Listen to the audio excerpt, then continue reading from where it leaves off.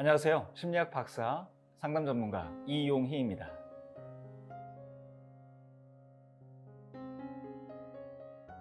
대부분의 상황에서 무뚝뚝한 모습을 보이다가 가끔 한 번씩 자상한 모습을 보이는 사람을 우리는 소위 츤데레라고 합니다. 많은 사람들이 자신에게 따뜻하고 부드러운 사람과 관계를 맺고 싶다고 하면서도 왜 이와 같은 반전 매력의 소유자들에게 매력을 느끼는 걸까요? 그 이유는 무엇일까요? 여러 가지 다양한 설명들이 있습니다만 그 중에 하나가 인상에 대한 최신 효과입니다.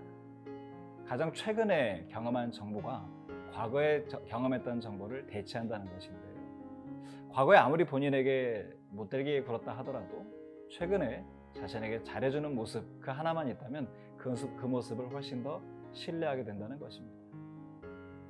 한 가지 짚고 가야 될 사실은 이런 츤데레일수록 속정이 깊을 가능성이 높습니다.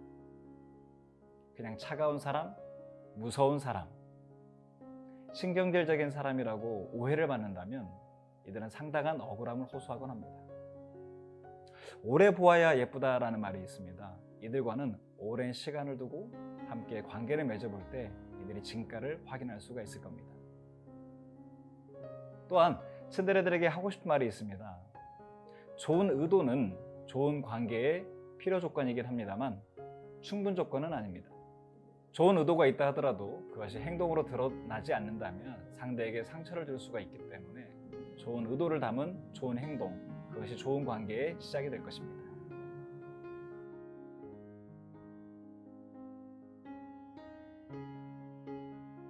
나는 미안해 라고 진심 어린 사과를 했는데 상대가 미안해? 뭐가 미안한데? 라고 반응을 보인다면 참 난처해지는 상황에 처하게 되곤 합니다. 사과를 할 때 살펴야 될 점들이 있는데요. 사과를 함에 있어서 네가 너무 예민해서 그러는 거야 라는 뉘앙스가 포함되어 있다면 그 사과는 오히려 독이 되곤 합니다. 또한 사과를 할 때 본의 아니게 나도 모르게 나도 억울해 나만 잘못한 건 아니잖아 라는 그런 말들은 하지 않는 것이 좋습니다. 또 한 가지는 사과를 하고 용서를 하는 것은 상대의 몫입니다. 아직 용서할 준비가 되어 있지 않은 상대에게 내가 사과를 했으니 용서하라고 강요하는 것은 오히려 더 큰 분노감을 야기시킬 가능성이 높아지죠. 그저 자신의 잘못을 책임 있게 인정하고 용서를 구하는 것, 그리고 그 용서를 선택하는 것은 오롯이 상대의 몫이 될 것입니다.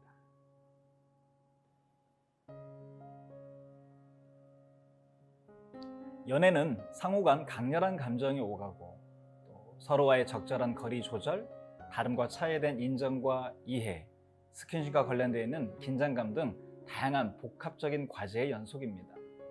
연애를 잘하는 사람은 누군가와 헤어진 후에도 바로바로 새로운 만남을 이어가곤 하는데 연애를 잘 못하는 사람은 생각만큼 관계를 맺지 못하는 불평등을 경험하게 되죠. 참 불행한 일입니다. 늘 열렬히 연애를 원하면서도 솔로 탈출이 쉽지 않은 모태솔로들, 이들에게는 다음과 같은 특징들이 있습니다. 첫째, 이들은 연애에 있어서 이론적 박사라는 것입니다.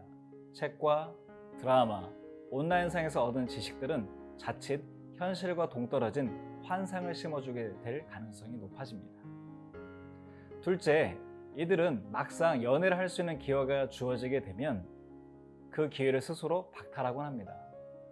그러면서 운명적인 만남을 기대하곤 하죠. 마지막으로 누군가 자기를 좋다고 하는 사람이 나타나면 그 상대에게 호감이 사라집니다. 그 사람이 나를? 왜? 나같이 하찮은 사람을? 그럴 리가 없어 라고 생각을 하면서 자신의 낮은 자존감으로 인해 자신의 매력을 스스로가 인정하지 않게 되는 꼴이죠. 상대와 처음부터 큰 기대는 금물입니다. 서로 시간을 두고 편안한 가운데 알아가는 과정들이 필요합니다. 삶에 대한 가치, 어떤 것들을 좋아하는지 싫어하는지 서로를 탐색해 나가는 과정은 필수 요소일 것입니다. 또한 상대와의 적절한 거리 또한 중요합니다. 그러려면 우선 자기 관리가 선행되어야 하죠. 열렬히 타오르는 감정에 무리하게 관계를 유지하기 위한 노력을 한다면 완급 조절에 실패하여 관계를 망치게 되는 일들이 생길 수 있습니다. 또한 사소한 문제로 인한 갈등이 발생을 했을 때 그것을 어떻게 지혜를 모아서 해결해 나갈 것인가, 문제 상황들을 대처해 나가는 방법들을 함께 의논하고 고민해 나가는 과정도 관계 지속에 있어서 매우 중요한 요소가 될 것입니다. 네, 요즘 현대인들은 인스타그램, 페이스북 등 다양한 SNS를 활용하면서 살고 있습니다. 그 속에서 보여지는 지인들의 모습은 마냥 즐겁고 행복해 보이기만 하는데 나는 왜 이러지 싶은 상대적 박탈감을 느끼게 되죠. 마치 자신을 제외한 대부분의 사람들이 멋진 삶을 살고 있다고 확대 해석하게 되는 과잉 일반화 오류에 빠지게 되는 것인데요. 더 많은 사람들과 자유롭고 즐거운 소통을 해야 하는 SNS 공간이 소외감과 박탈감을 느끼게 한다는 것은 참 안타까운 일입니다. 이를 방지하기 위해서는 첫째, 온라인상의 모습과 실제 자신의 삶의 모습을 분리해서 이해할 필요가 있습니다. 둘째, 좋은 점과 그렇지 않은 점이 공존하는 이 SNS에 지나치게 몰입하지 않는 것이 중요하고요.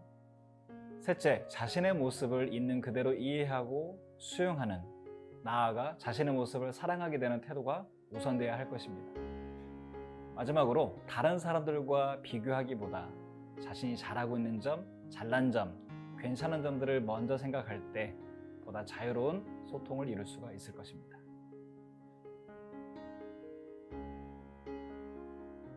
매일매일 긍정적이고 낙관적으로 살아보겠다고 다짐을 하지만 자신도 모르게 스물스물 올라오는 불안과 염려, 걱정은 어쩔 수가 없는 것 같습니다. 미래가 좋아질 기미도 보이지 않고 불투명하기 때문에 어쩌면 이런 마음들은 당연지사인지도 모르겠습니다. 그런데 이런 불안과 염려는 마냥 우리를 힘들게만 하는 것은 아닙니다. 순기능이 있는데요. 우리로 하여금 그 미래를 미리 계획하고 준비하고 대비하게 만드는 좋은 측면도 있다는 것입니다. 그러므로 불안과 걱정, 염려 등이 떠오를 때 그런 생각을 하지 않으려고 애써 억압하기보다는 그런 생각이 올라올 때 그런 생각 올라왔음을 알아차리고 깊은 심호흡을 통해 자신의 몸과 마음을 관리하는 일이 무척 중요할 것입니다. 물론 이것은 하루아침에 되는 것은 아닙니다. 꾸준한 연습과 훈련이 필요할 것이고요. 이런 과정에 쌓여서 자신의 마음을 편안하게 이끌 수가 있고 그 결과 자신의 미래를 원하는 방식으로 창조해 갈 수 있다고 생각이 됩니다. 현재를 살아가는 우리는 미래를 어떻게 살아갈 것인가에 대한 많은 선택권들을 가지고 있습니다. 과거 삶의 연속이 오늘의 나를 만든 것처럼 오늘의 내가 미래의 나를 만들 것입니다. 그러므로 지금 현재에 어떤 태도를 취하느냐가 나의 미래를 결정하게 될 것입니다. 여러분, 자기를 사랑하는 것은 행복의 시작입니다. 여러분들의 더 큰 행복을 기원합니다. 고맙습니다.